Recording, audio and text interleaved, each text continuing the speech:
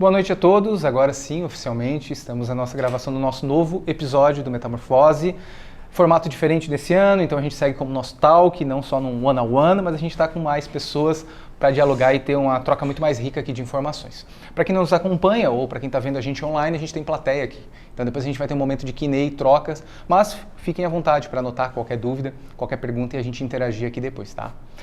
Eu estou aqui mais uma vez conduzindo isso, né, mas hoje vai ser um pouco diferente. Hoje eu não vou entrar tanto a fundo. Hoje eu estou mais como coadjuvante aqui só para me informar um pouco, eu acho, né?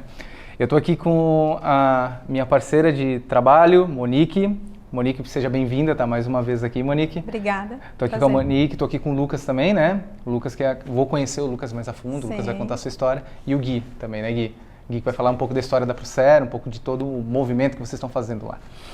A gente trouxe um tema um pouco diferente hoje, que eu vou deixar a Monique falar mais a fundo, mas nas últimas edições a gente veio, né, nos últimos episódios, gravando sobre temas como coragem, sobre employer branding, falamos muito sobre conteúdos que são veia dentro das empresas e que acabam mudando muito a realidade de muitos negócios, cada um em sua vertente.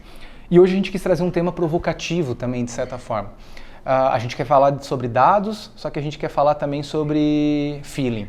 Então a gente decidiu falar sobre a gestão lúcida, né? O que é a gestão lúcida? A gente quer falar um pouquinho hoje sobre como que a gente interpreta as informações que a gente tem dentro das empresas e como é que a gente toma decisões lúcidas, né? Sim. Acho que é isso, né? Monique, fala um pouquinho pra gente o que é a gestão lúcida e conta aí como é que a gente vai conduzir isso hoje. Tá bom. Boa noite, pessoal. É um prazer estar aqui com vocês. Quando nós pensamos nesse tal, que a gente tem planejado ele já há uns dias, né? A gente pensou em trazer nomes estratégicos para estarem aqui justamente para trazer um pouco da vivência do real, da aplicação real, né, da gestão lúcida, que é a gestão baseada em dados, baseada em mercado, né, que quando ela é aplicada de fato, ela traz resultados. Então hoje a gente trouxe aqui estrategicamente o Lucas da 8R, consultor B2B, vai falar um pouquinho da experiência dele nessa parte de gestão baseada em dados, em mercado e também no feeling, que a gente vai depois seguir essa ponte, e também o Guilherme da Procer vai estar falando um pouco sobre como é aplicado lá na tecnologia, lá no campo, na agro, né? no ramo agro. Ninguém acha que no agro tem que ter dados, né? Tem que ter dados, e o Guilherme vai falar um pouquinho sobre isso. Então hoje a gente tem três vertentes aqui, né? Desde a estratégia corporativa e pessoal, desde a tecnologia aplicada, né, e também os dados como motor da transformação e posicionamento de marca. Tudo isso engloba essa parte de gestão lúcida. Apresento aqui, passo a palavra então para o Lucas, falar um pouquinho da sua trajetória, das suas consultorias, das suas experiências, para o pessoal te conhecer um pouquinho, Lucas. Bacana. Obrigado, Monique, colegas, uma alegria estar aqui com vocês. Bom, a minha trajetória sempre foi na área de negócios, tenho uma carreira acadêmica também, mestrado, doutorado acabei no ano passado e hoje atuando numa vertical mais consultoria, /assessoria e eventualmente capacitação, treinamento também. A gente atua muito em áreas comerciais de empresas B2B, né? Então é aquela venda feita entre empresas, tem várias particularidades, ela é mais consultiva, ela é muito mais orientada por dados do que uma venda B2C, né, também. E atuando também com projetos de estratégia, aí eu trabalhando mais como consultor especialista, meu doutorado foi em estratégia, né? O mestrado foi com aprendizado em consultoria, mas a partir de então direcionando mais para a estratégia, que é um tema super amplo, né? E a gente vai abordar vários aspectos dele. E alguma coisa também acadêmica e seguindo também a linha de pesquisa no tema. E o que eu acho que posso trazer hoje, pessoal, basicamente são exemplos e situações que a gente vem encontrando na indústria, compartilhar alguns dramas também, depois a gente pode conversar mais, entender como que vocês estão vendo isso hoje, né? Como o Guilherme, Monique, o próprio Eduardo, né, estão atuando com várias empresas e vários negócios e compreendendo isso. E também quero falar um pouco sobre estratégia pessoal. Então, basicamente, no doutorado, eu peguei, não foi a minha tese, mas foi um projeto paralelo no doutorado, eu peguei os conceitos da estratégia empresarial e adaptei para o indivíduo. Então, depois eu vou dar uma palhinha sobre isso também, que é o meu projeto pessoal aí, que eu gosto bastante. Acho que também pode trazer alguma luz, inclusive, para o tema, né, que também tem relação. Antes de Gui entrar, deixa eu te fazer uma pergunta, então. Lucas, o que é uma gestão lúcida? Para mim, eu não sei se eu defino o tema de uma forma, né, que talvez academicamente ou de uma forma mais quem é especialista em dados como a Monique poderia definir, Mas, cara, o que eu vejo no dia a dia de uma gestão lúcida é, obviamente, quando ela é orientada para dados, mas para dados que muitas vezes a gente não sabe que poderia ou deveria estar olhando, né? Então, trazendo um pouco para o meu universo, pega uma área comercial B2B. Em geral, o dado que a gestão olha é o financeiro, né? É a meta. E aí, o que acontece quando esse é o dado? A reunião comercial é vamos que vamos, falta pouco, fé que vai acontecer. E tá tudo certo, é importante esse elemento, né, motivacional e de entusiasmo que a gente sabe que é válido. Mas o que a gente costuma fazer, por exemplo, num projeto? A gente olha dados que estão no controle da equipe. Então, sei lá, o cliente nosso, o dado que está no controle da equipe é quantos orçamentos ele envia para clientes ou quantas propostas comerciais. Essa é a nossa métrica-chave. E aí a gente faz esse levantamento e daí o que acontece, né? Imagina que o cara mandou 50 propostas e para o nosso negócio isso é bastante, é um negócio de uma venda mais complexa, mas ele não bateu a meta. Mas ele fez o trabalho dele, fez mais do que os outros. E empresas que não têm essa visão desses dados críticos, às vezes pode cometer uma injustiça com um bom vendedor que não está performando, mas que está fazendo o processo dele bem feito. Uhum. Então ele deve estar com algum problema de conversão, às vezes é análise de discurso, às vezes ele está numa região que não está favorável naquele momento, mas ele está fazendo um bom trabalho, mas como a gente não tem essa métrica, a gente acaba perdendo isso, né? Então não é só olhar os dados, mas é saber interpretar, entender, analisar, ver os pontos que ali em cima você precisa estudar mais a fundo. Eu acho que sim, eu acho que a Monique vai poder falar melhor sobre isso depois, mas me parece, cara, que na complexidade dos negócios de hoje, um cenário que eu estou vendo, eu ouvi isso de um gerente há alguns dias, e vou ver se o pessoal vai me dar razão. Ele falou assim, Lucas, hoje eu tenho um dashboard. Então um dashboard com todos os indicadores. E eu vou te falar que eu sinto saudade daquele reporte que eu recebia na sexta-feira, só com os dados-chave, aquilo ali orientava, e hoje eu tenho muita informação e eu preciso de ajuda, eu preciso de alguém para... Sabe o que é isso? É o analista, né? Falta o olhar analista muitas vezes, então não basta simplesmente montar um dashboard. Eu sempre digo, eu tenho isso na minha apresentação, não basta ter um dashboard, você tem que ter um olhar analista, e esse olhar analista ele se constrói. Né? Ele se constrói com muito, bem isso, muita conversa, muita reunião. Então não é só entregar um dado, né? Tem que ter o analista. Interpretar essa quantidade enorme de informação com os dados que a gente precisa. Então, para resumir, eu diria que a gestão lúcida, sim, é essa que envolve dados, mas com uma atenção muito especial a alguns poucos, eu diria, e muito valiosos dados que muitas vezes estão no nosso controle e a gente não está fazendo porque não está vendo. É isso aí. E agora o Guilherme, passar a palavra para o Guilherme falar um pouquinho da sua carreira, da Procer, se apresentar para o pessoal. Me apresentar um pouquinho. Primeiro, boa noite, pessoal. Boa noite, bem-vindo, tá, cara? Obrigado e prazer estar aqui, uma alegria poder compartilhar um pouquinho desse tema tão relevante. Eu vou me apresentar, mas depois eu queria puxar o gancho para aproveitar essas considerações aí da Monique, do Lucas e do Edu. Eu atuo muito tempo já no agronegócio, hoje eu sou gerente de novos negócios da Procer. A Procer é uma empresa que tem como missão aí desenvolver soluções inovadoras para pós-colheita de grãos. Então, nós somos uma empresa que já cresceu, nasceu no agro, uma empresa de tecnologia e já nasceu conectada, né, com o conceito da indústria 4.0, que foi uma onda, né, foi a revolução 4.0, a gente está entrando numa nova revolução que é das IAs, enfim, a gente vai falar, acho que é oportuno falar aqui um pouco depois.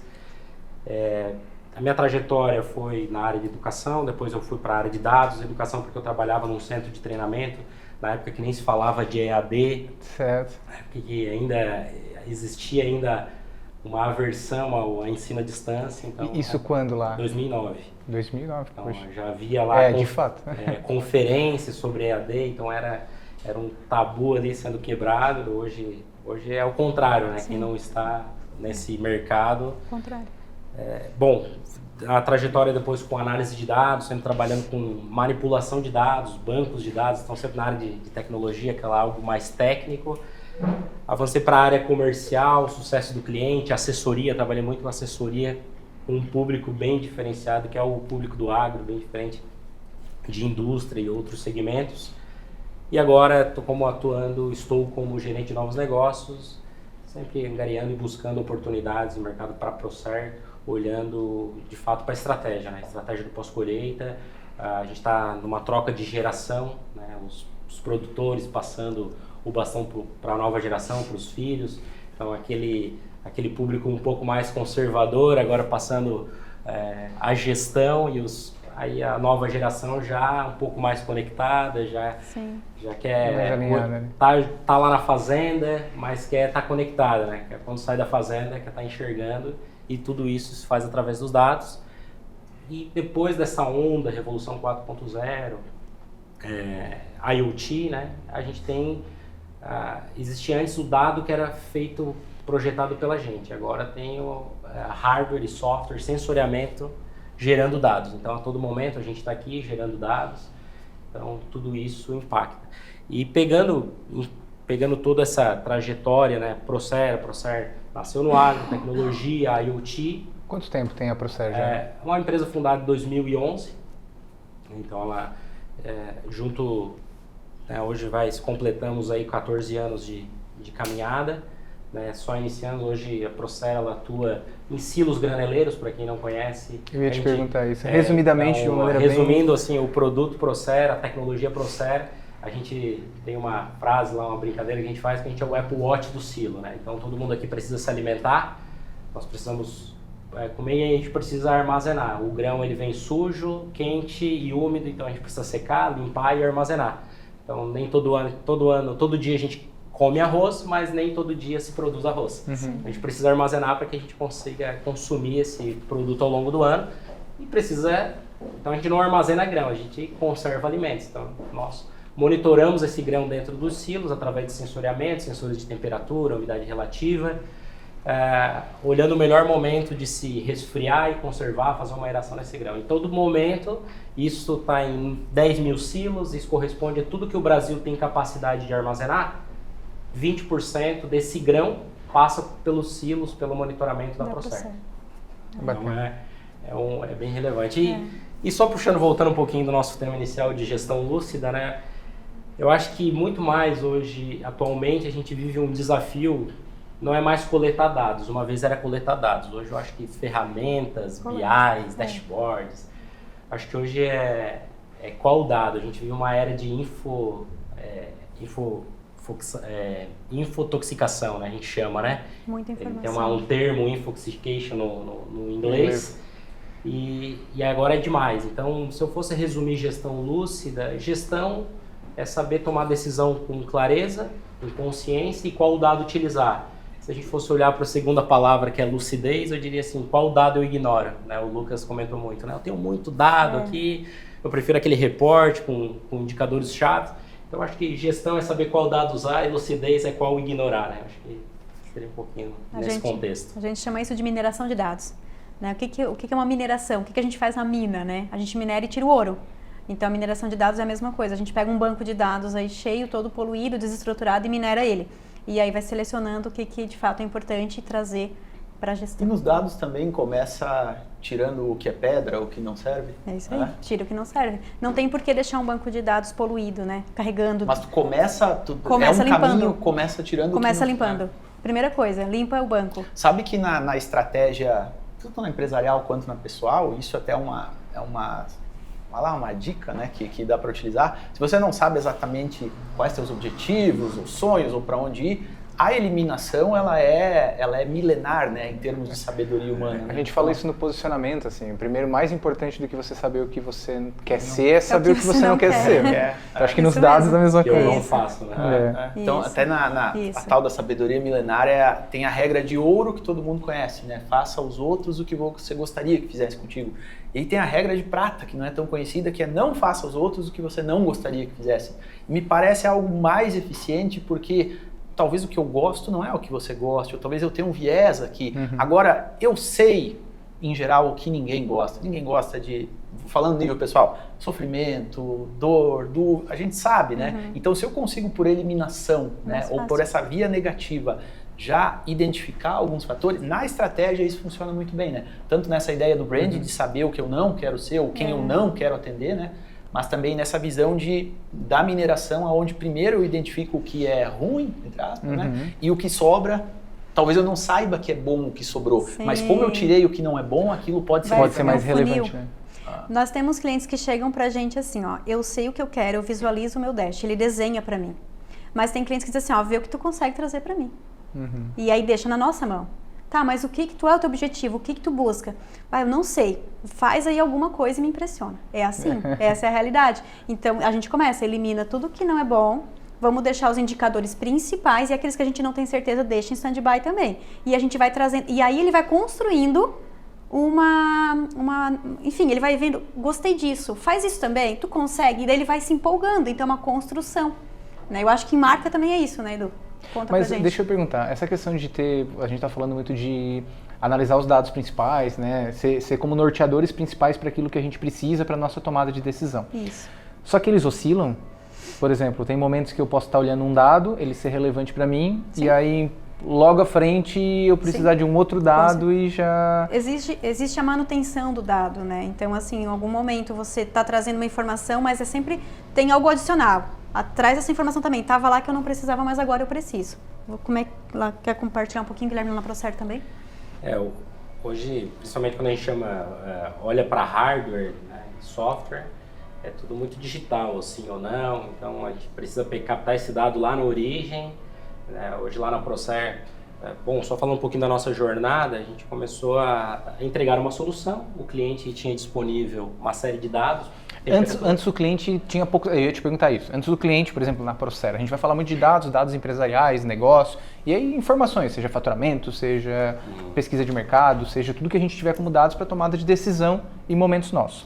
Lá na ProCert, antes da entrada da ProCert, o cliente dentro do agro tinha dados, não tinha dados, era o que ele via, como é que ele media isso, como é que ele tomava decisões lá? Perfeito. Bom, como a gente está falando aqui de silo, alimento, a gente precisa, secar, conservar, resfriar esse alimento dentro do silo, arroz, soja, milho. Como que o produtor ele se comportava, né? Como que ele trabalhava? Ele colocava, armazenava aquele grão, algumas vezes lá, uma vez por semana, ele entrava dentro do silo, cheirava, vê se tinha algum cheiro de mofo, vê se estava alguma coisa esquentando, era muito sensorial. E quem tinha tecnologia, era uma tecnologia analógica, manual, que uma vez por semana tinha que coletar os sensores analógicos. Só que aquela informação de temperatura, a gente sabe que clima, temperatura, todo momento está oscilando, né? Então, imagina, e o grão ele é armazenado ao longo do país, um país com vários biomas, temperaturas, climas, então ele é muito manualmente. Hoje, com a tecnologia da ProCert, ele tem em tempo real toda a massa de grão dele monitorada. Ele sabe ter uma estação meteorológica onde ele vai enxergar a temperatura e a umidade relativa. E antes ele tinha que fazer isso manualmente, tá? Não, eu tenho que olhar para a previsão do tempo, eu tenho que olhar para o clima atual, eu tenho que ir lá medir ou cheirar o meu silo, o meu grão, ou sentir se ele está quente ou não. É meio que manobrando tudo ali. E até para o pessoal de casa e quem está aqui escutando se situar, um silo ele tem 15, 20 metros de altura, ele tem 18 metros de diâmetro. Prédio, né? É gigantesco, são 5.000 toneladas de grãos armazenados. Então, qual é o desafio agora? É ele conseguir todo esse dado e eu tomo decisão. Então a ProCert ela entrou em automatizar isso olhando para o modelo científico. Qual é o melhor momento sairá sem que eu tenha intervenção humana? Isso traz uma segurança. E quem que faz isso para ele? A tecnologia. Só que quando a gente começou a fornecer a tecnologia, o nosso cliente ele usava 10% do que ela tinha para oferecer. Então a partir daí a gente entrou com assessoria, muito mais além do que a tecnologia, era pegar toda aquela massa de dados gerado em tempo real. Então a gente tem históricos desde 2011 de como estava a estrutura de armazenamento do nosso cliente. Esse, o que eu faço com isso? Sim. Como que eu coloco? E se está ligando esses motores, se está fazendo algum tipo de acionamento, ou gerando esses dados, está correto esses dados? Esse dado é real? Ajudando a interpretar isso, né? Porque ele não interpretava, ele viu um foco de calor, por exemplo, e ele dizia assim, não, isso aqui está errado, não é isso que está acontecendo, porque ele nunca tinha enxergado esse problema, ele só via lá no final. Então, aqui essa massa de dados é isso, né? A gente precisa contextualizar, essa é a estratégia, colocar essa informação. Eu acho que o dado contextualizado ele se transforma em informação. Você falou, né? Você tinha o dado, mas o que fazer com isso? Teve que entrar com ação consultiva. Eu acho que é bem o que o Lucas faz. Como que, Lucas, conta pra gente como que é nas suas consultorias, nas empresas, a estratégia de entrar, entender os dados e agir, né, baseado nisso. Eu estava pensando um pouco no que o Guilherme estava falando, justamente nisso, né? Eu fiquei imaginando como seria um produtor quando não existia tecnologia, quanto conhecimento tácito tinha ali, né, para eu sentir cheiro, observar, né, e tal. E como depois tu coloca isso para um sistema, né, ou como tu coloca isso em dados. Num negócio é algo semelhante, num negócio tradicional, né, porque a gente estava comentando antes, né, tem as novas gerações assumindo negócios familiares, estados como o nosso, Santa Catarina, a imensa maioria dos negócios, né, mais que tem algumas décadas são familiares, 90 e tantos %, segundo as estatísticas. A né? grande realidade daqui, né? Né? E aí pensa, né? Eu tenho gerações muito intuitivas, com um conhecimento prático muito grande, e aí eu vou lá vender um projeto baseado em tecnologia, dados e mostrar. Então, é natural, eu acho, e nós como prestadores de serviço, a gente tem que saber que essa objeção, ela é muito válida, porque existe muito conhecimento, né, que se acumulou ao longo de décadas e lidando com aquilo. E no nosso trabalho não é diferente, né? Você entra, vai lá de novo numa área comercial, aí você tem ali o avô, ou o pai, ou até o bisavô, eventualmente, que ele produzia e vendia, ou ele produzia e um primo vendia, né? Começaram lá atrás e fizeram milhões, bilhões talvez com isso. E aí você tem uma nova geração que vem, vou exagerar aqui para ser didático, tá tudo errado como a gente fazia, agora a gente tem que mudar. Então é um processo de mudança, cultural, né? É uma ruptura muitas vezes, né? É uma forma diferente de ver as coisas, e a gente sabe que a forma que muitas empresas fizeram para chegar até aqui, eu vou falar um clichê, mas talvez ele é clichê por ser tão um fato, né? Fato. Não vai dar para seguir fazendo da forma que a gente fez para conquistar outros mercados, para ir para a América Latina, para expandir, para competir com China, que é um problema sério da nossa indústria hoje, né? Então, eu acho que é um trabalho bem semelhante, né? De respeitar tudo que se foi construído em termos de conhecimento, né? Mas ir inserindo e mostrando como essas facilidades e como a tecnologia pode somar e pode ajudar, né? Então eu acho que talvez por isso que é um projeto mais longo prazo, né? Porque vai ter um trabalho de cultura, de mostrar resultado. Ia te questionar justamente isso, assim, porque, por exemplo, na Procera, o dado já é o core do negócio, da empresa, né? Claro, ela leva dado para uma cultura que às vezes não tem tantos dados, mas aí tá ali, já é do business de vocês, né? Da inteligência de vocês. Como consultoria, né, Lucas, você às vezes vai entrar em empresas, às vezes numa indústria mais tradicional, que às vezes não tem tanta essa visão de dados, né? Claramente, às vezes não tem. Mas tem um processo de cultura de introduzir ali, né? De saber analisar, como a gente estava comentando, não só de minerar, mas de saber ler dados, de saber entender a importância, de saber ter a disciplina, de poder entender a constância disso também, né? Como é que esse processo ele é mais difícil minerar os dados, trazer isso à tona ou gerar cultura dentro da empresa? São talvez as duas grandes tarefas, né? Minerar e trazer a cultura. E eu acrescento uma terceira, do que eu acho que eu chamaria de uma humildade do consultor ou de quem está fazendo essa intervenção, voltando ao tema que eu falei, entender que, cara, tem coisas que os dados, vão mostrar, mas que a gente não está percebendo no dia a dia, sabe? Vou dar um exemplo, uma métrica que ela é banal, talvez, a gente analisando com toda essa ciência e tecnologia que temos aqui com a possibilidade hoje de fazer. Mas se você pega a representante comercial, que hoje quase todas as indústrias dependem mais de 90% do seu faturamento do representante comercial, né? Os negócios tradicionais, B2B, é a realidade. Todo B2B. A gente pode até fazer um contexto histórico de por que isso aconteceu, né? Mas não há outra métrica, e todo gestor comercial da indústria sabe disso, que o representante que vende mais é o que visita mais. Aí vem a consultoria e fala, não, mas a gente tem que ajustar o discurso, tem que ajustar.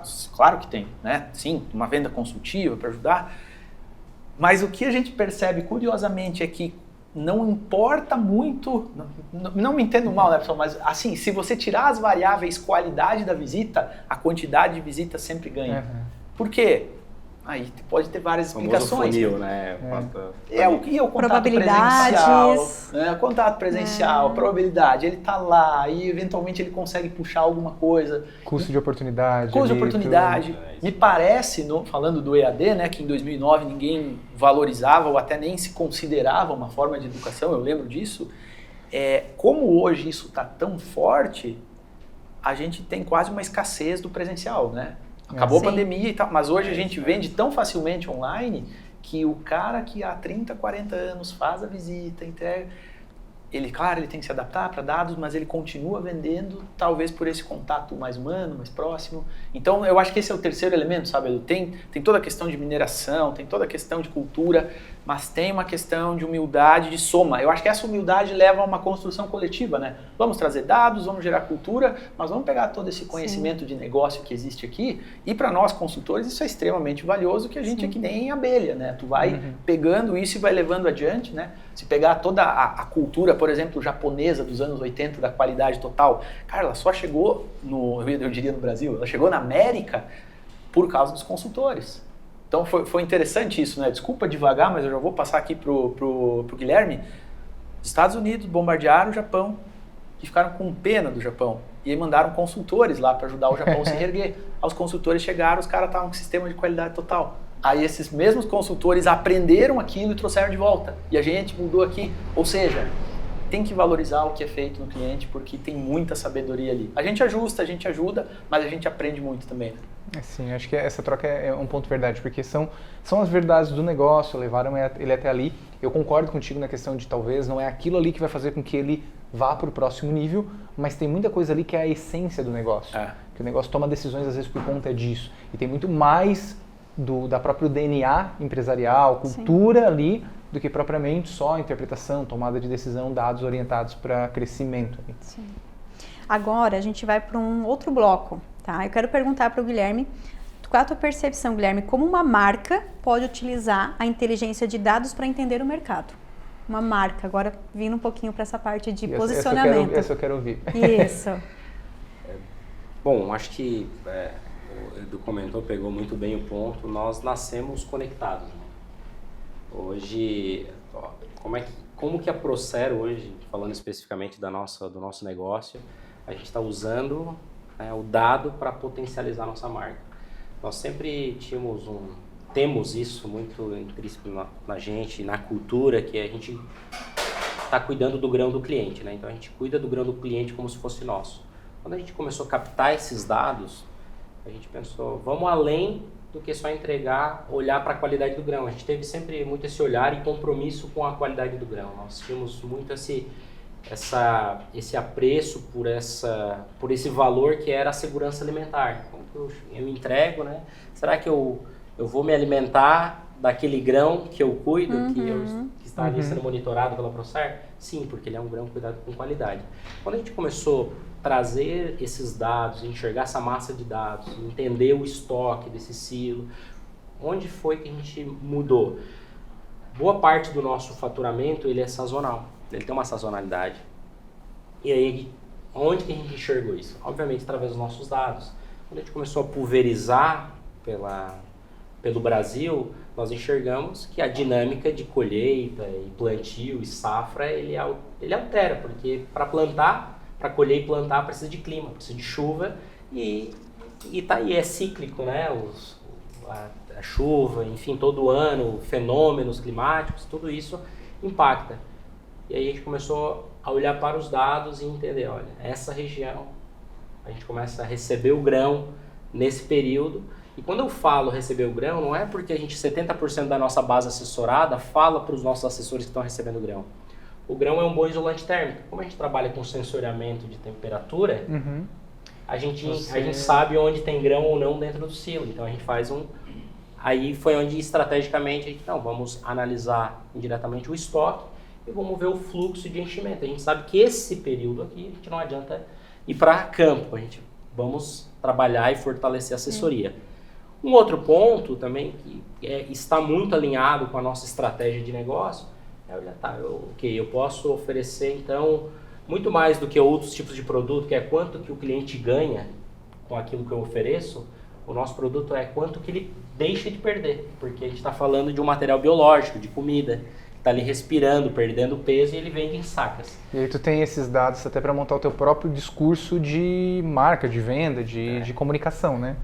Porque ele vai perder. O produtor, ele colhe, ele sabe quanto que ele colhe, mas ele não sabe quanto que ele vai vender. O próprio produto de vocês, como entrega para o cliente, que gera valor, né? Ele acaba sendo também a própria entrega de valor para vocês como marca, né? Com certeza. Com certeza.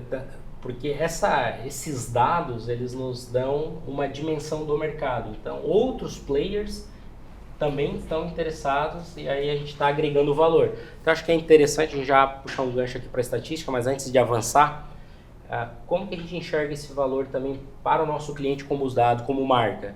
Quando o cliente começou a enxergar que além da qualidade do grão, que era aquilo que nós nos colocamos à disposição como proposta de valor, nós fomos além. Agora é o seguinte, como que eu mitigo o risco? Como que eu, com os dados, eu diminuo, eu posso dar um acesso a crédito porque o banco ele precisa de uma garantia daquele grão que está lá armazenado. O seguro, não dá seguro para silo porque o risco de ter uma fermentação ou de ter um acidente no secador de grãos é muito grande, mas com o sensoriamento da Procer, como que eu reduzo esse risco e consigo conectar e dar benefício através de seguro, através desses dados? Então, através dos dados, a gente conseguiu fortalecer a nossa marca e se posicionar como uma empresa de dados. Então, a gente está construindo essa jornada.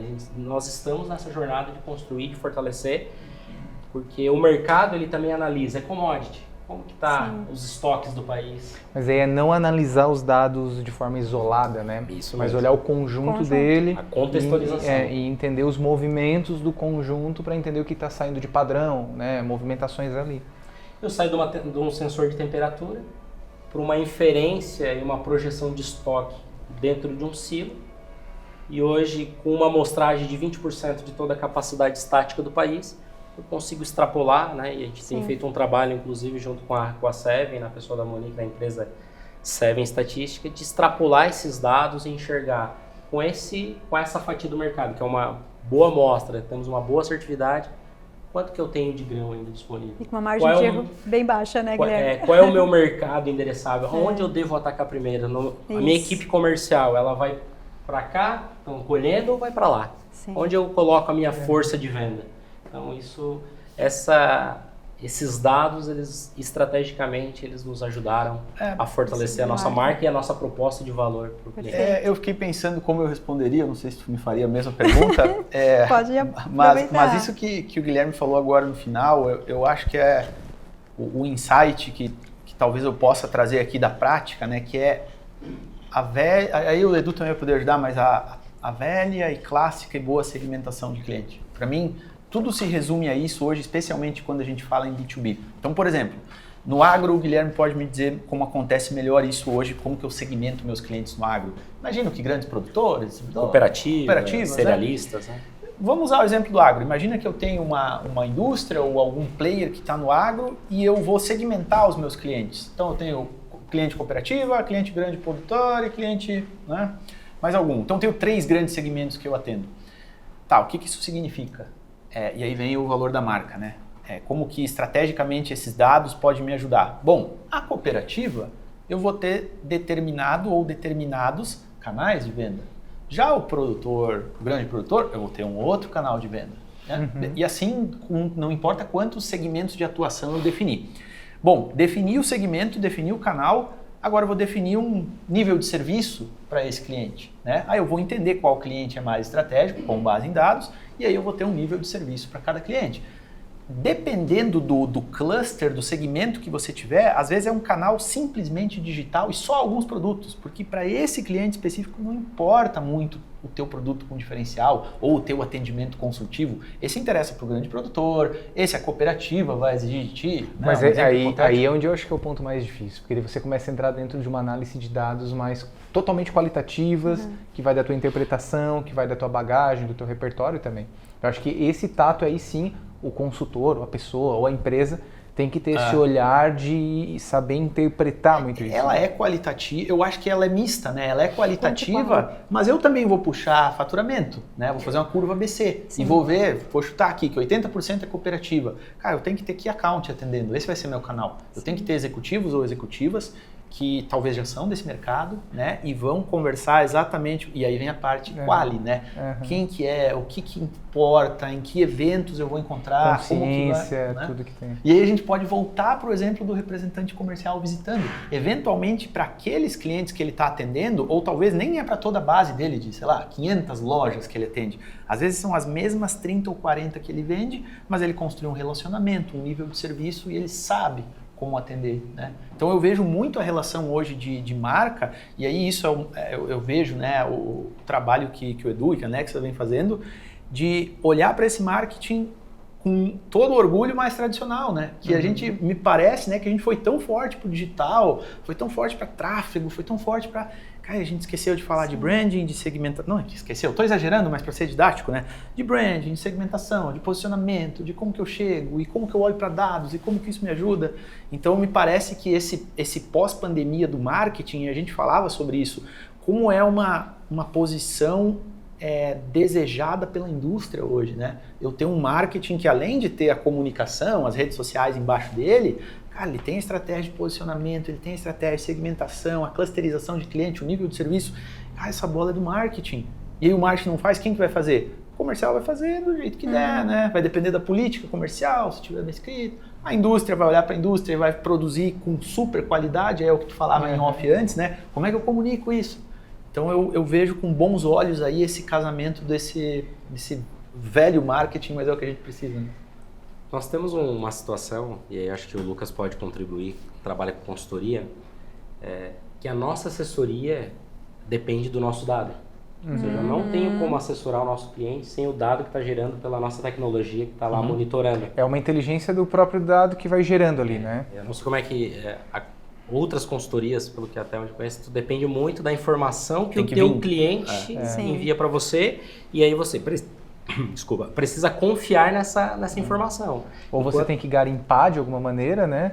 Ou você tem que ficar... Deve ser a maior parte do teu trabalho esse, né? Provavelmente é isso. Vem Tanto a Monique quanto tá aí a planilha, tá aí o dado. Ó, esse aqui é o que eu tenho, me manda. Aí mandei, tá, mas faltou isso, a gente fica, né? Ou será que aquele dado está confiável? Então, hoje a nossa assessoria, ela depende, enfim, do dado que nós mesmos geramos. Você bate o escanteio. Claro, e dados de mercado também, né? E dados de mercado também. E dados de mercado. Então, eu puxei esse gancho porque você falou muito, né, dessa segmentação de cliente, atendimento, e o perfil do agro é assim. Ele precisa confiar em você, o produtor, a cooperativa. Você não faz uma venda na primeira visita, é quase que impossível. Eu não sei qual o segmento que faz isso, mas uma frase de um cliente que uma vez comentou com a gente, e acho que vale a pena aqui compartilhar, ele falou assim: Guilherme, eu prefiro ter a segunda melhor tecnologia com o melhor atendimento de mercado do que ter a melhor tecnologia com o segundo melhor atendimento. Sim.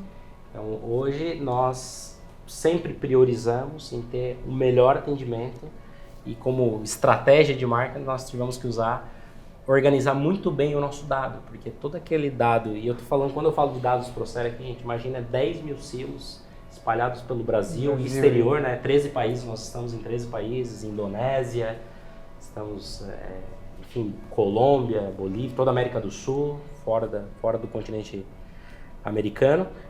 E tudo isso juntando uma base única de dados, e a gente precisa segmentar. E ainda assim, quando a gente vai trabalhar ele para fazer uma assessoria, para fazer uma análise de mercado, como a Monique tem nos apoiado aí com a Seven, nós ainda assim encontramos desafios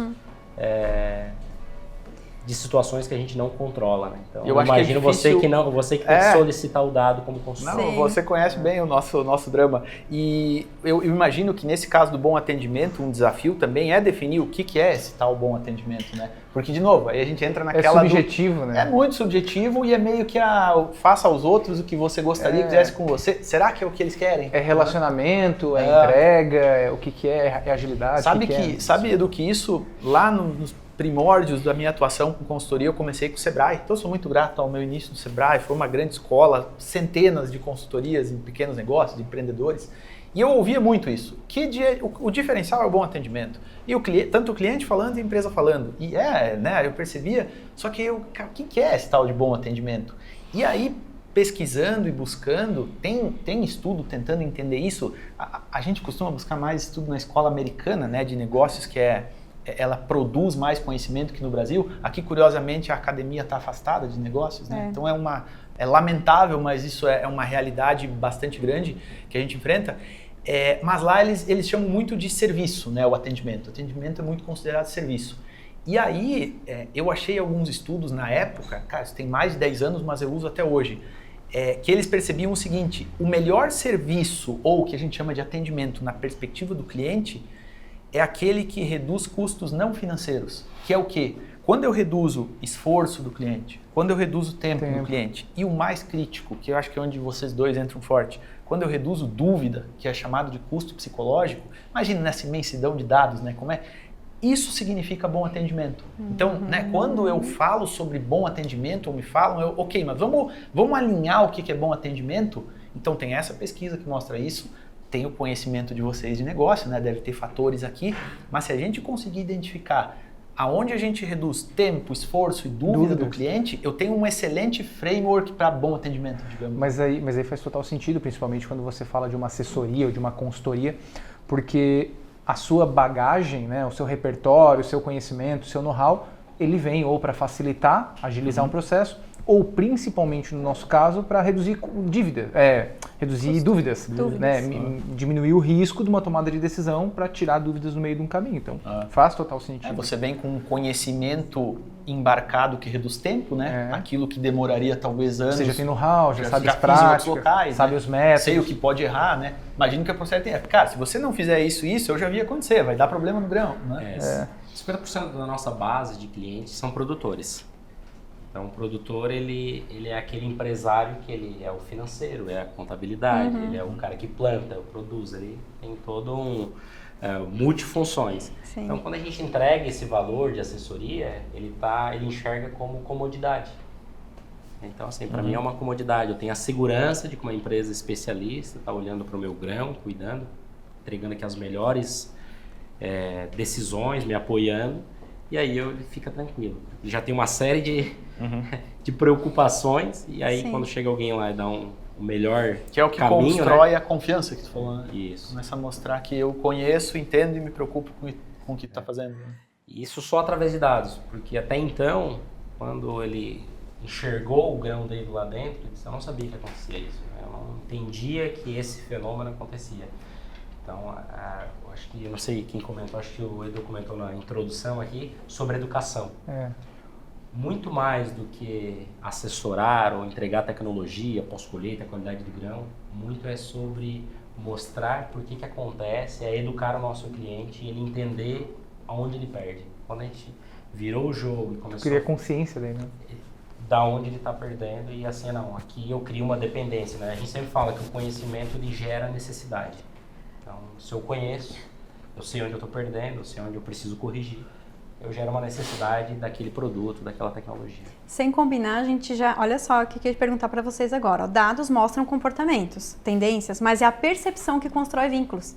Que eu acho que é isso que o Guilherme estava falando. É esse feeling, essa percepção. E eu acho que isso também se aplica em marca. Né? Eu acho que o Edu pode começar a falar um pouquinho sobre isso na tua prática também, Edu, sobre a percepção. Os dados eles trazem, só que a percepção que vai construir esse vínculo. Na real eu quero fazer uma pergunta, assim, então eu vou devolver uma pergunta para vocês três aí. A gente fala bastante dentro do branding, e aí eu acho que dentro do marketing, de uma maneira geral, começou um caminho incessante de busca por métricas, KPIs. Então, eu vejo o primeiro ponto, né, que todo gestor sempre pergunta pra gente qual indicador você vai trazer pra gente analisar. Isso. Porque eu quero medir o resultado o tempo todo. E eu acho isso correto, porque você tem um norteador que pelo menos te direciona um caminho, né? Antes eu acho que a gente andava às cegas. Mas aí eu queria a opinião de vocês em relação a isso. A gente fala dentro do branding de construir... Branding, né, principalmente, é um trabalho de construção de valor, construção de reputação. Então você constrói valor que muitas vezes ele é um valor intangível, de certa forma. Tem maneiras de medir, mas muitas vezes ele é intangível. É como confiança. Como é que eu meço confiança nesse processo? E aí muitas vezes a gente tem dados que direcionam a gente a uma estratégia. Mas muitas vezes é mais na coragem, feeling, muitas vezes é na ousadia, todos os caminhos te dizem para um lado, e aí você olha os dados, e aí você toma um caminho contrário, porque daí sim, todos os dados estão apontando para um lado, todos os concorrentes estão indo para ali, e às vezes você tem que justamente tomar o caminho contrário. Como é que vocês analisam isso dentro de um processo de construção de marca, no branding? Como é que vocês trazem os dados para esse processo? Se eu puder falar um pouco, vou fazer uma relação com marca pessoal, tá?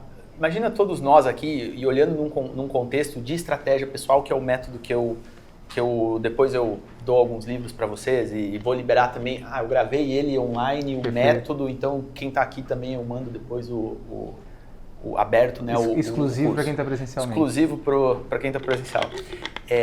Pense o seguinte, na estratégia empresarial tem todo o contexto de vantagem competitiva, diferencial competitivo. Então esse termo diferencial a gente usa muito na estratégia.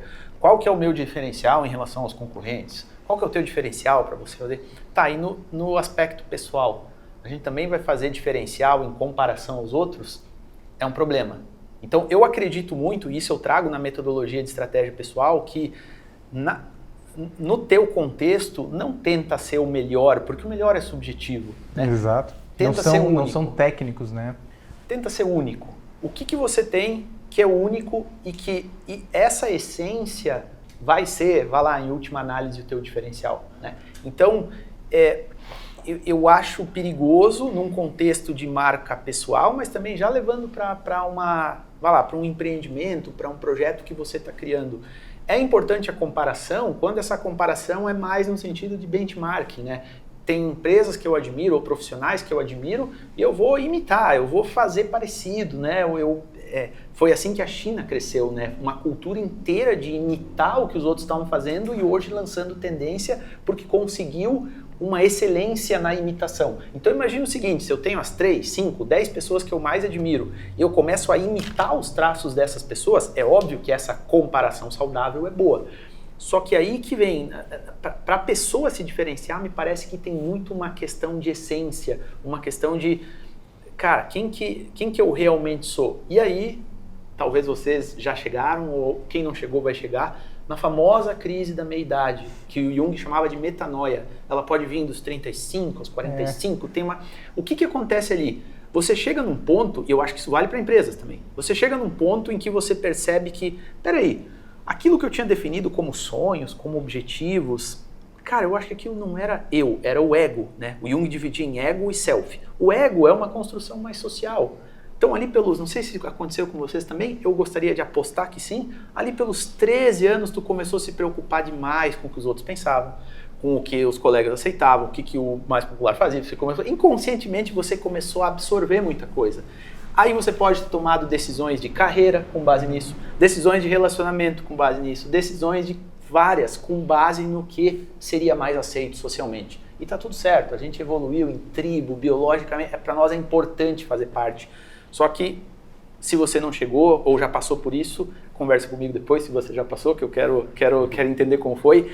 Mas você vai chegar nesse ponto em que talvez você perceba que, cara, eu passei a vida lutando por algumas coisas, objetivos, e agora eu não sei mais se esse é o meu norte, não sei se esse é o meu rumo. E por que isso, ou por que não é a pergunta, né? Mas será que isso não acontece com empresas também? Eu sou empreendedor, sim. Né? Eu sou um empreendedor, ou eu tenho uma empresa e a gente foi atrás de várias coisas. E aí você começa a perceber novas oportunidades, você mudou, você aprendeu, você teve insights dos seus clientes, mas você está numa direção, né? Então eu acho que, aterrando isso e passando a bola para vocês, eu acho que é super importante nessa estratégia de dados eu ter meio que uma semi-estrutura que me permita fazer esses ajustes, porque eu vou mudar, o mercado vai mudar, o mundo vai mudar, o cliente vai mudar, tudo vai mudar. E eu vou continuar com o mesmo rumo, o mesmo norte. Eu acho que o grande trabalho da pesquisa é mais fazer constantemente, seja na vida pessoal, né, profissional, ou seja dentro de uma empresa, que eu acho que vai muito com a metamorfose, né, que a gente fala, mas cada vez mais você está fazendo um autoconhecimento. Então, por exemplo, você amadurece enquanto pessoa, enquanto profissional, conforme você mais se conhece. Seu ego diminui, você entende mais seus pontos fortes, você entende mais os seus pontos de melhoria, suas skills, e você aí começa a traçar o seu rumo com mais clareza. Muitas vezes você não tem clareza disso e você já definiu lá dos seus 13, 14, 15 anos um rumo e que você só segue com base nos padrões comportamentais. Não parou para realmente refletir sobre ele, né? E na empresa também, eu acho. Na empresa você vai entendendo com o tempo meio que a sua vocação ali dentro como empresa. Aquilo que você faz culturalmente muito bem, que você tem potencial para fazer. E por isso que eu digo que a competição é exatamente nesse ponto que ela pode ser um perigo. Eventualmente eu estou seguindo nesse ritmo por questões competitivas, para não perder mercado, para não perder... Tá tudo certo, é estratégia, né? Mas será que se eu fizer essa análise, eu não vou perceber que talvez não é esse o caminho, talvez o caminho seja outro, né? O Lucas comentou aqui de de crise de meia-idade, mas quando eu escuto isso, né, acho que para a vida pessoal, vou falar um pouquinho de empresa, mas para a vida pessoal, os momentos que eu mais passei dificuldade, crise, eu acredito que algumas pessoas que já passaram por isso vão concordar comigo, que é aonde a gente cresce mais. O momento de dor, de escassez. Um parênteses e tu volta. E aí Jung falava isso. Se você aproveitar a tua crise da meia-idade, a metanoia, vai ser o momento mais transformador e importante da tua vida. Se tu enterrar ela e esquecer, ignorar, pode se arrepender depois. Porque você não volta, né? Eu digo isso, empresas que cresceram exponencialmente, elas passam por isso, né? Crescem exponencialmente, tem recurso, então a torneira está ali aberta, vai utilizando, vai usando, então eu posso testar, não me importo. Quando começa a fechar a torneira, que a gente tem uma curva, né? Exponencial, depois ela começa a se ajustar, e aí você já não tem tanto recurso disponível, isso acontece na vida pessoal, começa a ter escassez, tu começa a olhar melhor para os processos, melhor para, digamos ali, para a sua estrutura, tu já começa a pensar, veja bem, não preciso de uma pessoa para isso, né? Tu começa a inchar uma estrutura e a empresa, eu digo, a maior crise que nós passamos hoje como empresa e eu, como vida pessoal, foi os momentos que mais me fizeram crescer como pessoa, como setor, como negócio, foi nesses momentos. Então, falando de marca, propósito, eu diria assim, então, uma frase que a gente tem muito como missão é deixar um legado na pós-colheita, deixar um legado na armazenagem de grãos, e a própria diretoria, os fundadores da Procer, eles falam deixar um legado na vida das pessoas, porque quando você vai falar de sucesso do cliente, de uma assessoria, você não tem como deixar o teu cliente com sucesso ou ele ter êxito se as pessoas que estão por trás desse processo também não estão felizes, não estão engajadas. Então, deixar esse legado no momento e olhar para os recursos e usar ele de maneira inteligente. E é por isso que os dados eles vêm para isso, né? Enquanto o caixa ele vai enchendo, deixa a gestão de caixa depois, vamos aqui investir. Tá aí lá na frente, como é que nós vamos usar esses recursos? Eu acredito que o feeling e a percepção são muito importantes e são métricas, sim, não são métricas tangíveis que tu monta no banco de dados, mas são esse feeling, essa percepção do antes e do depois, do quem eu era, do quem eu sou agora, quem eu quero ser, são métricas indiretas. Você perguntou, né, Edu, como que eu meço isso? Como que eu apresento isso para o meu cliente? Porque ele quer ver métrica, ele quer ver resultado, ele quer ver uma curva. Tá, quem eu era antes de contratar? Quero saber se dá certo ou não dá certo, se paga ou não se paga. Isso aí, quero ver como que eu meço isso. Essa percepção, esse feeling são formas qualitativas e indiretas de ter essa percepção a longo prazo, na minha visão. Não são coisas que você contabiliza, porque é muito pessoal, é muito uma percepção, só que elas não deixam de ser importantes, né? A gente está aqui falando de dados, de cultura de dados, eu não vou colocar lá no banco, eu não vou trazer isso num gráfico. Minha percepção era essa e mudou, mas o feeling é importante. Quero pegar esse gancho da Monique e contar duas situações que eu vivenciei em clientes, e uma delas foi o seguinte: ele disse assim, a Procer, ela se preocupa mais, né, aquele pessoal ali que está atendendo, assessoria, se preocupa mais com o meu grão do que eu mesmo. Mas foi uma percepção. É um posicionamento que a gente entende, que aquele valor que a gente entrega, por mais que a gente diz, tu evitou X%, reduziu X% de consumo de energia, enfim, tu faça todo o número, mas quando tu escuta isso... E assim, né, Guilherme, tu não traz isso para um dashboard, tu não traz essa parte. Exatamente. Isso. E aí uma outra situação aqui, para concluir essa fala, o dia que eu cheguei numa unidade, estava um produtor, um senhor, já passando o bastão para um filho, e ele estava no Mato Grosso, ele estava na varanda da casa dele, e aí estava com previsão de chuva, final de tarde, e aí o senhor estava lá olhando o silo, eu comentei com ele, tudo bem, senhor, a gente já vai lá, o senhor aproveita então aí, qualquer dúvida pode entrar em contato com a gente estava se despedindo, e o senhor vai ficar olhando o silo.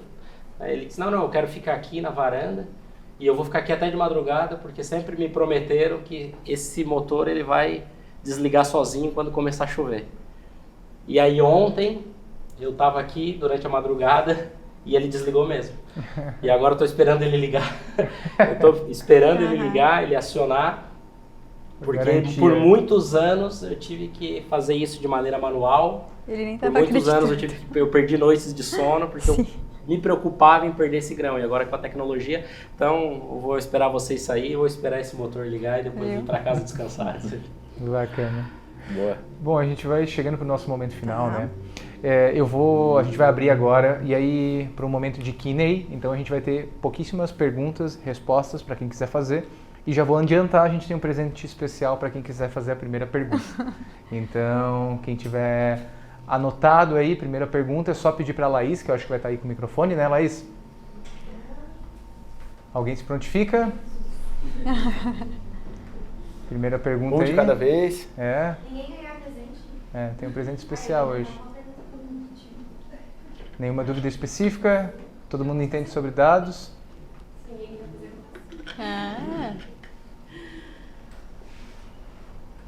Pode ir. Boa noite, pessoal. Bem-vindos à Nexa, né? Para quem não me conhece, eu sou gestora de operações aqui na Nexa, gerente, né? E a gente trabalha e vem trabalhando muito essa questão de pesquisa, principalmente qualitativa, que é o nosso foco de percepção de marca, né? Que é como vocês estavam falando. E muitos clientes, eles buscam pesquisas quantitativas mais para produto, mercado. E eu queria entender com vocês o quanto é importante também ter as duas coisas quando a gente está falando de um posicionamento de marca, quando a gente está criando isso, e o quão é relevante para o cliente ter isso no final para tomar uma decisão. É um pouco do que vocês já estavam falando, mas de forma mais específica para a decisão de posicionamento de marca. O que vocês acham com relação a isso? Posso começar? Deve. A pesquisa quantitativa, ela vai te dar mais credibilidade, mais robustez, né, de dados e confiança na informação. A qualitativa não deixa de ser importante, porque ela vem justamente o que a gente acabou de falar, a percepção, o feeling, né, o sentimento, o que ele sente. Então isso é importante, embora não seja tangível. É importante saber o que ele pensa a respeito daquela marca, o que ele vai pensar depois do posicionamento. Então, assim, quando eu aplico pesquisas, mesmo para entrada de mercado, as minhas pesquisas são quali e quantitativas. Tem as duas abordagens. O quanti, ele prevalece, justamente pela confiança, pelo nível, pela margem de erro. A gente faz um cálculo, a gente tem metodologia. Mas a qualitativa, ela entra também. Eu deixo sempre uma pergunta em aberto para ouvir o que ele pensa. E isso, na hora da entrega, o gestor, ele prefere, ele gosta de ouvir como ele falou, até com erros de português. Eu copio e colo lá no painel e ainda há pouco tempo eu entreguei uma pesquisa e ele falou assim, tem até erro de português. Eu falei, porque é exatamente como ele falou. Ele falou, e eu gosto disso. Então, esse feeling, ele é importante, ele tem que continuar. Porque você vai ter o antes e o depois, como o Guilherme falou, a percepção, o que eu tinha antes, o que eu vou ter depois do posicionamento. Né? Isso não é tangível, mas ele é importante, ele é relevante. Eu confio muito, né, e indico trabalhar com as duas propostas. Passo para vocês também complementarem. Eu sou naturalmente um pesquisador qualitativo e indutivo. Não vem ao caso o que é, mas eu descobri isso no doutorado. Mas aí eu tenho que concordar com a Monique. Em termos de negócios, se você escolher só uma das duas, eu acho que é um problema, né? Eu também acho que dados hoje é mais crítico, né? Tem muita tecnologia para buscar. Mas, cara, se você tem dados e não tem uma narrativa que sustenta aquilo ou que mostra o que aquilo significa na prática, né? O que não traz boas histórias, como o Guilherme trouxe, que provavelmente vocês vão lembrar da história que ele contou do silo durante um bom tempo. Mas se a gente tivesse trazido alguma estatística do mercado, isso ia se perder, né? Então, transformar o quant em narrativas, para mim, é a grande sacada, né? Que Até porque é o racional com o emocional, né? Isso. O racional a gente entende, só que o racional não consegue convencer muitas vezes. Ele convence através do emocional, né? E eu complemento ainda, as entregas hoje, as pessoas pedem o relatório, obviamente, elas querem o relatório, mas elas querem a tua análise. Eles falam assim, você consegue vir aqui e apresentar para mim a tua visão? Porque eu poderia simplesmente entregar um banco de dados, eu poderia entregar um relatório, como muitas vezes as pessoas fazem uma apostila, e tá aqui a tua pesquisa que tu contratou, mas eles querem a percepção analista, eles querem o olhar. Mas tirar qual foi dúvidas, a tua né? visão? Diminuir as dúvidas, Todo né? mundo pergunta, Nani, qual é a tua visão? Mostra, porque eu tenho uma depois que me apresentou, mas qual é a tua visão? Aí eu falo, nossa, gostei disso. Então eu digo assim, até falo para os meninos que trabalham comigo, busquem sempre, não só operacionalizar, mas busquem ter o olhar analítico. O que esse dado está mostrando que vai fazer de valor e diferente do que ele já tem lá no RP dele. O que traz de diferente? O que a gente está entregando? Né? Então, essa percepção analista, que é muito importante. Bom, acho que só para dar a minha contribuição aqui, os colegas já explicaram muito bem. Eu acredito, bom, dentro principalmente falando do agro, né, esse posicionamento, acho que tudo seria mais fácil se fosse simplesmente quantitativo, a gente colocaria um robô, né, ou isso. Aquilo que a Monique comentou, manda o relatório. O nosso sistema, ele gera informações, dados o tempo todo, que o cliente tem acesso em tempo real pelo celular dele, pelo aplicativo. Ele tem relatórios semanais que é enviado automaticamente, mas no fim do dia ele chega para o assessor e pergunta: isso. E aí? É isso mesmo? O que tu acha disso? No final, quem toma a decisão ainda é humano, né? Então Sim. ele tem aquele fator emocional de dizer assim, não, tem um humano aqui validando e concordando que aquele dado que ele está só replicando, ele é o correto. Então essa qualidade, seja no atendimento ou na validação do dado, ainda tem muito valor. Cara, e eu gosto de olhar para a história, né? Tipo, a história da nossa espécie, vai lá. Pega as grandes navegações, que dado que se tinha, nem se acreditava que a Terra era redonda ainda. Como é que alguém conseguia botar 100 pessoas num barco e falar, vamos ver o que acontece, né? Dias, muitos que já tinham ido não voltavam. Tem uma história, essa é um pouco polêmica, mas milenar na história do Homo sapiens, da nossa espécie, quando a nossa espécie chegou no continente lá na Oceania. Não se sabe, é um vácuo que tem, mas o que se acredita mais fortemente é que algum dos nossos antepassados subiu numa pedra e contou uma história sobre um futuro melhor, mais brilhante, um lugar mais bonito, como vai, e a galera foi junto. Então, assim, se faltar dados, não para, né?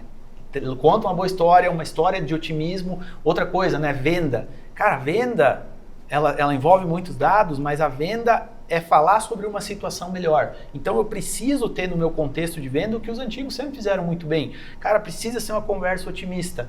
O que é o nosso quebra-gelo hoje? Sempre é pessimista. Esfriou de novo, tu viu a guerra, esse governo tá louco.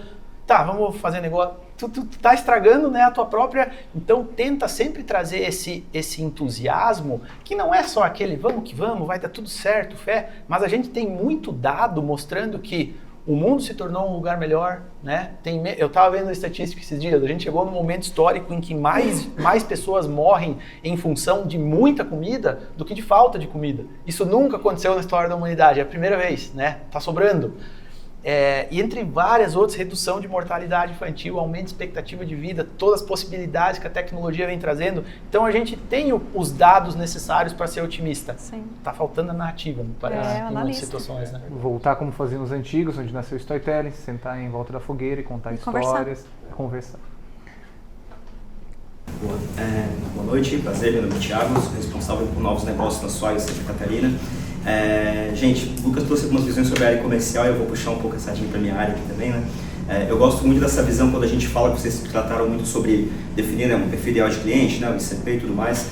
Eu sou formado em processos gerenciais e estudar processos gerenciais me fez me apaixonar por vendas, porque eu comecei a identificar vendas como uma verdadeira esteira de produção, onde cada etapa da venda tem seu processo e tudo mais.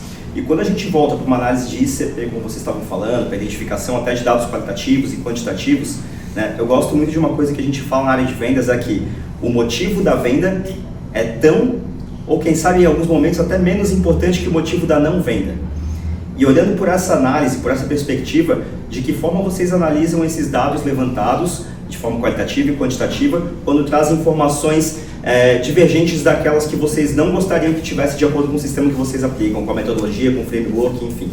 Cara, esse gancho, para mim, é a conversa por uma noite inteira. Fica já, né, essa possibilidade. Eu me comprometo a vir aqui para falar sobre isso, porque hoje, a Monique vai poder complementar depois, o nosso grande desafio é entender o não, é entender a objeção. A gente não tem esse dado. E quando a gente pergunta, dificilmente tu consegue uma resposta que foi a realidade. Por que tu não comprou, Lucas? É muito caro, eu já tenho. Será que é isso? Nem eu sei que é isso, ser isso, né? A gente sabe que o processo de decisão ele é muito baseado no inconsciente, né? Ele é baseado em questões emocionais, mas como a gente tem essa inteligência, né, do nosso córtex pré-frontal, a gente inventa uma história para nós mesmos. Então é difícil, né? É difícil ter essa resposta. cara, trazendo algo bem prático, para ti que é um cara de processos, e aqui vem um dado que ele não é oficial, mas ele é empírico porque eu vejo ele em todo o projeto e eu acho que é bem importante a gente prestar atenção nisso. Também chegamos num momento histórico em que o gargalo da área comercial, na minha visão, tá, pessoal? De novo, não é ciência, isso é uma percepção recente. O gargalo da área comercial moderna, ele não está mais na prospecção, ele está no follow-up. A gente fala com um monte de gente, a gente aborda, mas a gente não segue o processo comercial porque pensa assim, não me respondeu, então não quer. Cara, não é, tem 200 mensagens para responder no WhatsApp, tá com a cabeça em outro lugar, o dinheiro não é dele, o dinheiro é da empresa, ele tem que justificar essa coisa. São tantos fatores e você acha que é uma questão pessoal, que não responde. Não é pessoal. Então, claro que eu não estou falando aqui de ser chato, né? E aí, vamos fechar? Vamos fechar? Cara, traz informação, convida para um café, dá uma passada lá, né? Então, eu vejo isso, sabe? Hoje, para mim, o gargalo tá no processo, tá nessa questão que veja, por um lado ela é qualitativa, né, do contato, mas é muito dado informação. Quando foi a última vez que eu falei? Cadê o funil? Onde é que tá, né? Então... E interpretação... Sim. Eu já falei sim. Complementar a interpretação, às vezes, que é importante do dado e não dado. Uma história que a gente começou a analisar com o tempo, assim, quando a gente começou a fazer o processo de follow-up, a gente começava a analisar, às vezes, o recuo do cliente. E aí você mandava uma mensagem pedindo para o cliente te dar um retorno e o cliente não responde. Aí você tenta ligar, ele diz que está ocupado. E aí a gente começou a ver tudo, tipo, cara, tentativas, aí começa a medir, 3, 4, 5 vezes, vou desistir, vou pegar um padrão. Aí uma vez eu escutei um cara falar assim pra gente, pede se o cliente desistiu do projeto, porque isso mexe com o ego dele. E aí quando a gente mandava, você desistiu, o cliente voltava. O cliente começava a responder. Então são coisas que tipo assim, tem a quantitativa, mas também tem a percepção de entender o perfil do cliente. No agro talvez vai ser de outro jeito, na indústria vai ser de outro jeito, no varejo vai ser de outro jeito. Então você vai ter que ter essa interpretação também. Entender esses números, né? Essa questão do follow-up, né? Eu tenho pavor ao famigerado follow-up e aí vamos fechar. Exato. Follow-up é uma condução de negociação de uma forma, às vezes, um pouco até júnior, né? E que falta no momento você aplicar determinadas técnicas para usar as perguntas corretas para que você consiga conduzir essa conversa de maneira rica, né? Uma coisa que eu gosto de trazer até em algumas práticas, trocando com alguns colegas, é que a melhor reunião de vendas que eu já fiz ao longo da minha carreira foi uma reunião que eu não vendi. Foi uma conversa que eu tive com uma diretora de uma grande empresa têxtil do Vale do Itajaí. A gente conversou ao longo de 1h30 e foi super satisfatório quando chegou no final da conversa. A pessoa falou para mim, Thiago, eu sei que o intuito da tua conversa aqui hoje comigo era colocar o teu produto para rodar comigo, mas foi uma conversa tão rica que eu senti que aquilo ali, sabe, foi além. E isso me fez aprender muita coisa com relação a essa questão de follow-up e tudo mais. Então, a gente precisa deixar de ser essa questão de ficar tentando empurrar alguma coisa para as pessoas e, na verdade, a gente tem que entender que você está ali para sanar a dor de uma pessoa. Vocês estavam falando sobre experiência de cliente, a gente fala de CX e tudo mais. Gente, o serviço é a chave de tudo. No final das contas, você está ali com algum produto, alguma coisa para sanar alguma dor, para atender alguém bem atendido. Então, mais uma vez, voltando naquela regra de prata também bem trazida, né? Não é só tratar os outros como você quer que sejam tratados, mas também entenda o que você não gostaria que fizessem para ti, não faça para os outros também. Então era mais essa questão de falar, eu queria trazer também uma percepção que eu tenho, mas obrigado. É bacana. Legal. Obrigado. Cara, se eu puder me intrometer de novo aqui, pessoal, desculpa monopolizar, mas eu acho que esse teu aprendizado nessa conversa, você não foi lá falar o quanto o teu é melhor que a Sodexo, é um concorrente? É um concorrente. Né? Não foi falar o porquê que os meus diferenciais do meu, porque isso é o que todo vendedor, em tese, faz, né? Como que a gente começa hoje uma reunião comercial? Quem somos? Nossos clientes, nossos diferenciais, né? Então pensa, não estou falando que está errado, só que o teu cliente está vendo uma atrás da outra da mesma forma. Aí chega o cara começa a falar do mercado, o que eu estou vendo, que situações. Você quebra um padrão, né? Isso é a venda consultiva. E se eu puder dar uma sugestão, de novo, só com base, isso não é científico, mas é com base no que eu estou vendo. As melhores vendas B2B, consultivas, elas não falam nada ou quase nada sobre o produto. Elas falam sobre outros clientes, sobre o mercado, sobre o que está acontecendo. Cases. Eu vejo o representante comercial, pensa o seguinte, o representante comercial que trabalha com varejo.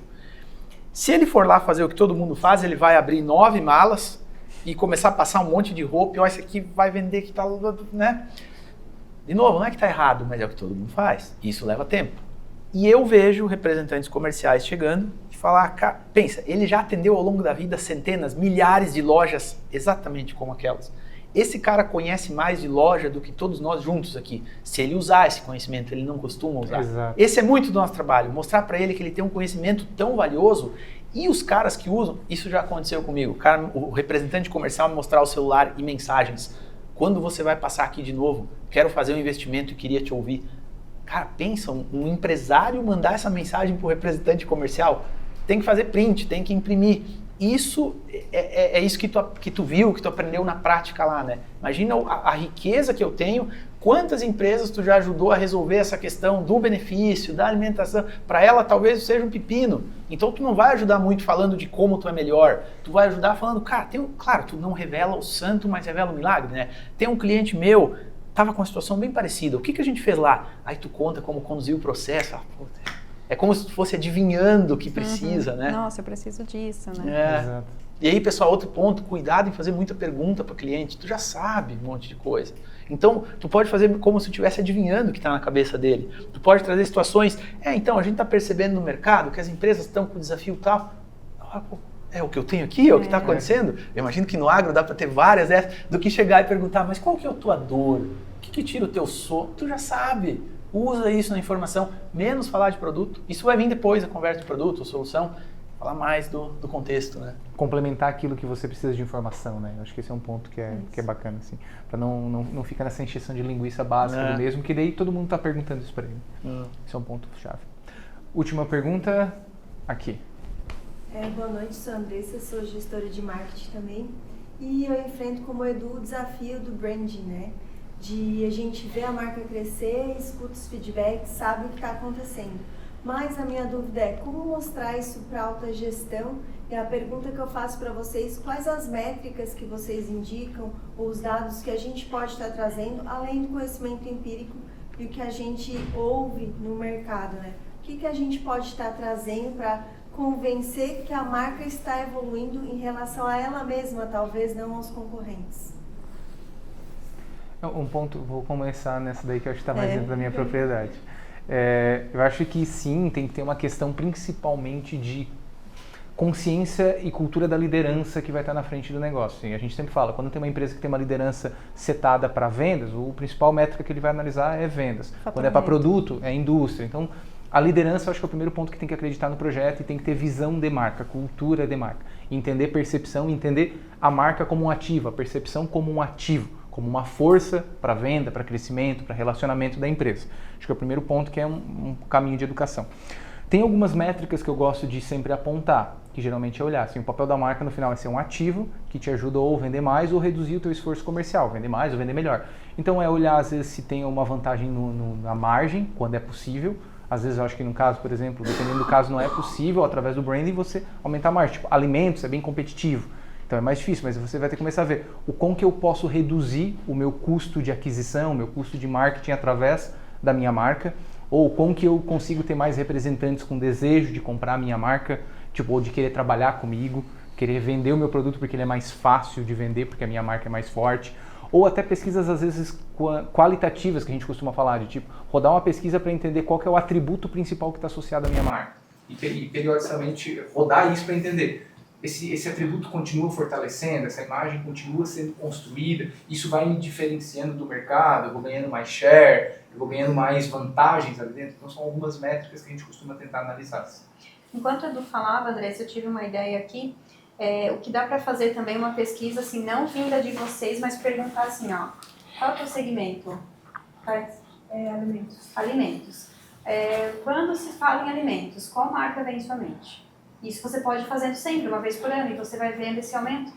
Então, se a pessoa vai ter uma percepção, por exemplo, bem top comum, of mind, assim, né? Qual rádio mais lembrada de Orleans, entendeu? Aqui todo mundo lembrou de uma, porque ela está na tua mente. Então, você pode ir construindo, porque as métricas de percepção, tu vai ter que ir mostrando ela com o tempo, não é algo que tu vai lá pontualmente, não é um retrato, tá?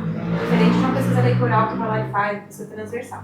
Tu vai ter que ir construindo essa métrica, mas tu pode fazendo em periodicidade, a cada trimestre, dependendo, a cada ano, e tu vai construindo. Olha, há 2 anos atrás, nós estávamos lá no 3º. Olha só, depois do nosso trabalho, a gente hoje já está no 2º, a gente vai caminhar para o 1º. Então, as pesquisas podem mostrar isso. Claro que se você perguntar para o teu cliente, Então não pode ser enviesada essa pesquisa, tá? Você tem que pegar uma população, uma amostra, uma metodologia, aplicar de fora e trazer essa pesquisa e analisar. Olha, eu não sou a marca mais lembrada ainda, o que eu vou fazer para ser? Bom, acho que para dar uma contribuição aqui também na pergunta, a gente tem é muito famoso esse indicador, e é um indicador o NPS, acho que todo mundo aqui já ouviu falar, o NPS é o quanto aquele nosso cliente indicaria. A Procer, ela se expandiu muito, porque, principalmente no centro-oeste brasileiro, antes, por mais que o nosso vendedor chegasse lá, fizesse toda essa conexão, mostrasse os preços, era competitivo, no final do dia, sabe o que ele fazia? Ele ligava pro vizinho dele que já tinha Procer ou para alguém. Posso confiar? Isso mesmo. Era a primeira coisa que ele fazia. Então o NPS, em resumo, ele é isso, né? Tu indicaria aqui, né? Tu tá numa zona de indicar essa empresa para um amigo ou para um colega. E hoje muito se fala do NPS 2.0. Assim, bom, você sabe se o cliente... Também não. É um conceito que a gente vem escutando, que ele é assim, você sabe a partir do momento que você identifica quais são os parâmetros que deixam o teu cliente satisfeito, como que você usa o dado para já saber preditivamente que ele não vai... Ele não precisa te falar. Ele não precisa falar. Então, assim, Uhum. basicamente nós temos os dados conectados. Eu sei se Legal. os nossos dados eles estão sem comunicação, o cliente vai estar insatisfeito. Eu sei que se o meu técnico ele demorar mais de 3 dias para chegar lá na fazenda, ele vai estar insatisfeito. Então não adianta, se eu sei que o técnico levou 4 dias e que os equipamentos estão sem comunicação, eu não preciso perguntar para ele se ele vai me indicar ou não. Nem é bom perguntar, né? Nem é bom. Vai diminuir o dado. Então, esse indicador, ele é um novo conceito do NPS em saber quais são os parâmetros que tu já sabe que deixa o teu cliente insatisfeito. E aí você diz, vamos se antecipar aqui. Sim. Então tem uma nota preditiva, nem adianta falar com ele que a gente já sabe o que está acontecendo. Já valeu a noite, né? Essa ideia. Tu vende pra quem? Pra quem vocês vendem? Nós somos um frigorífico Aham. aqui da região e nós vendemos para varejo, então para os supermercados e atacados. Mas o cliente final vê a marca de vocês lá. Cliente Tá, final vê a marca. Então aí tem um desafio, né? Porque tu vai falar com a diretoria, quem que é o cliente? É o mercado. Né? Mas eu vou fazer um trabalho de marca para o cliente final. Então, É um B2B2C. Né? B2B2C, eu teria essa grande clareza antes, né? A gente entende que todo o nosso esforço é um esforço de venda. É representante comercial também? Representante e vendedor direto. Tem venda direto também? Então eu tenho já esses 2 grandes canais, né? A gente tem relacionamento com os melhores clientes. Tudo isso também é marketing, né? Mas eu preciso falar com o cliente final porque eu quero vender, eu quero ter esse giro, né? E outra, né? Eu acho que eu influencio também a venda B2B com a minha comunicação de massa falando de produto, né? Porque óbvio que isso é importante para dar o giro também. O que eu acho que é crítico, pessoal, eu vejo isso em algumas áreas de marketing, meio que se mistura as coisas, né? Tipo, confunde, né? Com quem que eu tô falando, para quem que eu vou... Um ponto que é bacana entender, que eu acho que sim, no final vamos encerrar, porque senão a gente vai ficar a noite inteira aqui. Mas só finalizar, um ponto que eu acho que é bacana entender nisso sim, principalmente, por exemplo, nesse segmento, é que no final tem o objetivo da empresa. Precisa entender qual que é o objetivo da empresa. Às vezes é vender mais, às vezes é crescer, às vezes é vender, às vezes é fusão, enfim, tem que entender o objetivo da empresa. E aí você olha para a marca, branding, e entende como é que branding ajuda a empresa a cumprir aquele objetivo. Sim. Como é que a marca vai ajudar aquilo. Quando você entende que é ganhar valor, ganhar margem ou ganhar venda, você vai começar a testar mesmo coisas, eu acho, relacionadas a isso. E aí eu acho que daí você vai ter que ir para o micro, muitas vezes. Uma mudança de design, às vezes de uma embalagem, testar, ir para o ponto de venda e ver se naquele ponto de venda aumentou ou não aumentou a venda. Então daí ali você vai conseguir entender, essa ação funciona. Então essa ação eu posso replicar e posso começar a seguir por outros caminhos. É um material de venda novo, uma narrativa de venda nova. Vou testar com um time de vendas. Vende mais ou não vende mais comparado ao histórico? Então, então funciona. Então você vai tentando microações que vão te dando, eu acho, bagagem para justamente levar para a diretoria e mostrar, as ações se consolidam. É isso aí. Bom, vamos encerramos, já passamos, o pessoal já me cortou aqui. Eu queria agradecer a todos, principalmente vocês por estarem aqui. Esse episódio vai estar em breve no ar, então todo mundo vai poder assistir e a gente se vê no próximo episódio, tá bom? Pessoal, muito obrigado, tá? Obrigada.